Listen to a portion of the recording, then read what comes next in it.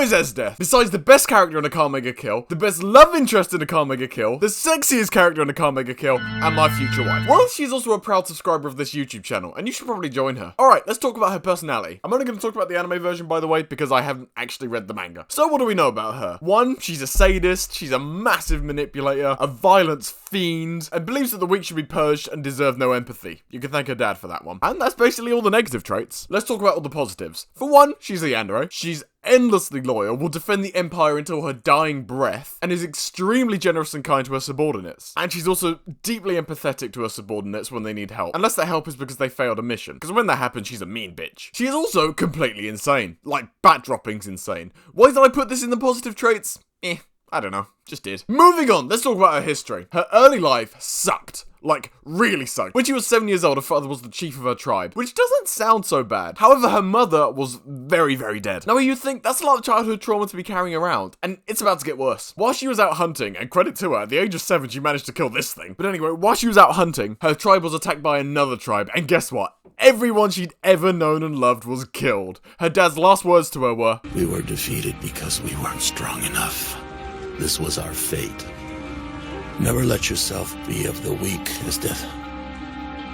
Never become a prey." And she took that to heart. Anyone who she deemed as weak received no sympathy or care from her at all. She decided that if anyone she deemed as weak died, it was a good thing. Hell, a natural thing. Survival of the fittest. But when she decided this, she was only 7 years old, which is in the bottom 7 weakest stages to be. So to get stronger, she decided to go out and kill every single danger beast that she could find. Some quick context. Danger beasts are dangerous beasts. I bet the people that needed context for that feel pretty stupid right now. Anywho, these animals are basically unkillable if you're untrained or, say, a 7-year-old girl. But over the years, Esdeath manages to wipe out every single one of them. It's difficult to state just how incredible of a feat this is. But what's more incredible is that once she'd killed all of them, instead of celebrating her great victory, or creating her own tribe of elite warriors, or just vibing for the rest of her life, she decided to join the Imperial military as an officer, because she was bored. Now this is no small feat, as Tatsumi, who was also an elite warrior, was laughed out of the room when he tried to join as an officer. But Esdeath just waltzed in there and they gave her the job. And not gonna lie, they should have given her more than just officer, since, I can't remember where it's stated, but it is stated somewhere,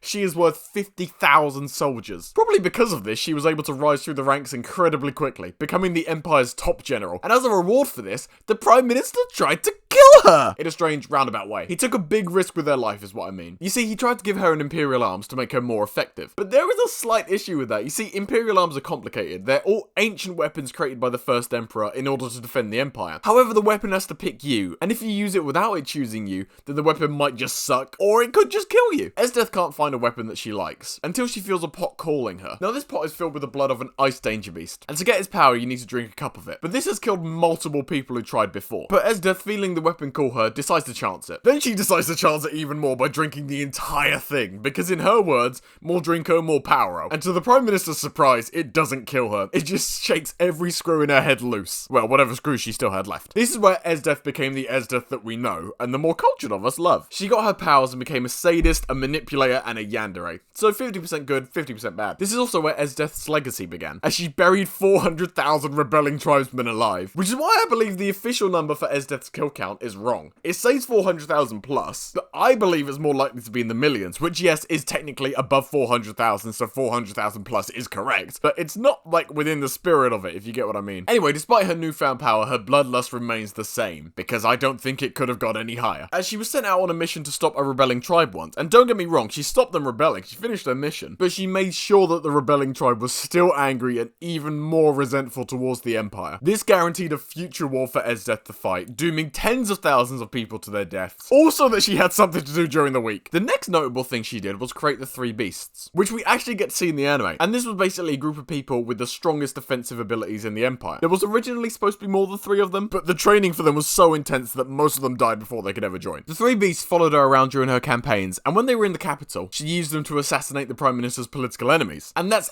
everything pre-Akame ga Kill. Now let's talk about her actions in Akame ga Kill. The first thing she did was brutally put down a rebellion in the north of the Empire. For some context, this was supposed to be the Empire's Vietnam, a brutal years-long affair, but Esdeath basically just showed up and won the entire campaign in a month. The second thing she did, and the first thing we see on screen, was her scare the life out of Leone by simply eating an ice cream. Then she does something that actually affects the plot. Due to the effectiveness of Night Raid, the Emperor comes to her and tasks her with the elimination of Night Raid. To do this, she creates a group of the Empire's greatest Imperial Arms users, to hunt down and eliminate Night Raid. She names them the Jaegers, and throughout the anime, we see her kinder side and her rougher side in the way she deals with the Jaegers. The next thing she did had nothing to do with violence, which is a first for her. She goes looking for love, and she has a very extensive list of qualities for her lover. Number 1, above all else, he must have potential. I'd like to personally train him to become a general.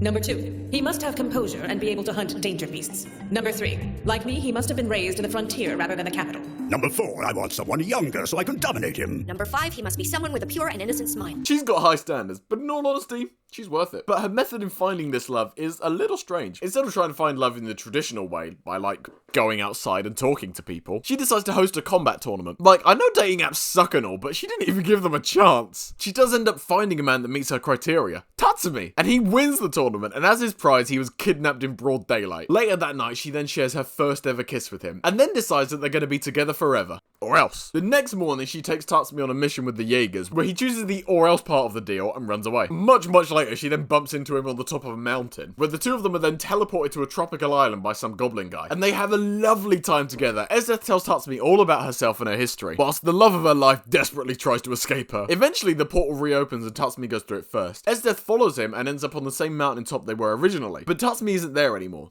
because he's hiding. She goes back to the capital knowing that the next time she meets Tatsumi, she'll have to kill him. A few days later, Night Raid launched an attack on the capital's Capitol building, and Tatsumi is captured and scheduled for execution. Esdeath visits him in prison and gives him one last chance to join the Jaegers. She tells him that if he joins, she won't ask him where his friends are, and he'll be spared from execution. Tatsumi refuses, and is taken to the arena for execution. Esdeath volunteers to be his executioner, as she believes only she's worthy of killing Tatsumi. At the execution ceremony, Night Raid come to save Tatsumi. During the fight, Esdeath is forced to fight a living Imperial Arms, and he is so powerful that she is forced to use her ultimate ability where she freezes time. Later, after the rebellion have gathered all of their forces, they attack the capital, and the entire attack is a distraction so that Night Raid can assassinate the Prime Minister. Esdeath falls for this distraction and engages the rebel army, because that's the more fun thing to do. The Emperor then activates his ultimate Imperial Arms, which is a giant mech he just had hiding away somewhere, and then he proceeds to destroy most of the capital himself. Tatsumi manages to neutralize the mech, and it starts to fall over. He then sees a bunch of innocent civilians that it's going to land on, so he catches the mech to avoid it crushing them, killing himself in the process. Akame is the first to his body, shortly followed by Esdeath, and she has to call her whole worldview into question after Tatsumi dies, saying that Tatsumi died because he was weak.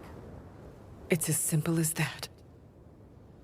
So then, why does it hurt? Thinking that they have her off guard, a group of rebel soldiers charge Esdeath before all of them and a large chunk of what's left of the capital are forced back by a giant ice wall. This also just so happened to create a wonderful arena for her and Akame to fight in, and it was going so well for Esdeath until Akame activated her ultimate ability. After that, the fight is slowly and then suddenly turned against Esdeath. Akame manages to cut her arm, and without skipping a beat, Esdeath cuts her own arm off to avoid Akame's sword curse from killing her. Later in the fight, Esdeath uses her ultimate ability to freeze time and kill Akame, but Akame manages to dodge this. Somehow. As she cuts Esdeath's torso. Defeated, Esdeath walks over to Tatsumi's corpse and encases the two of them in ice and destroys it, along with both of their bodies, so that no one would ever be able to separate them again. And that's who Esdeath is, a mass-murdering yandere at the top of a brutal dictatorship. Thank you all for watching. This is the first time I made a video like this. Let me know if you want more like it. And without any further ado, subscribe and goodbye.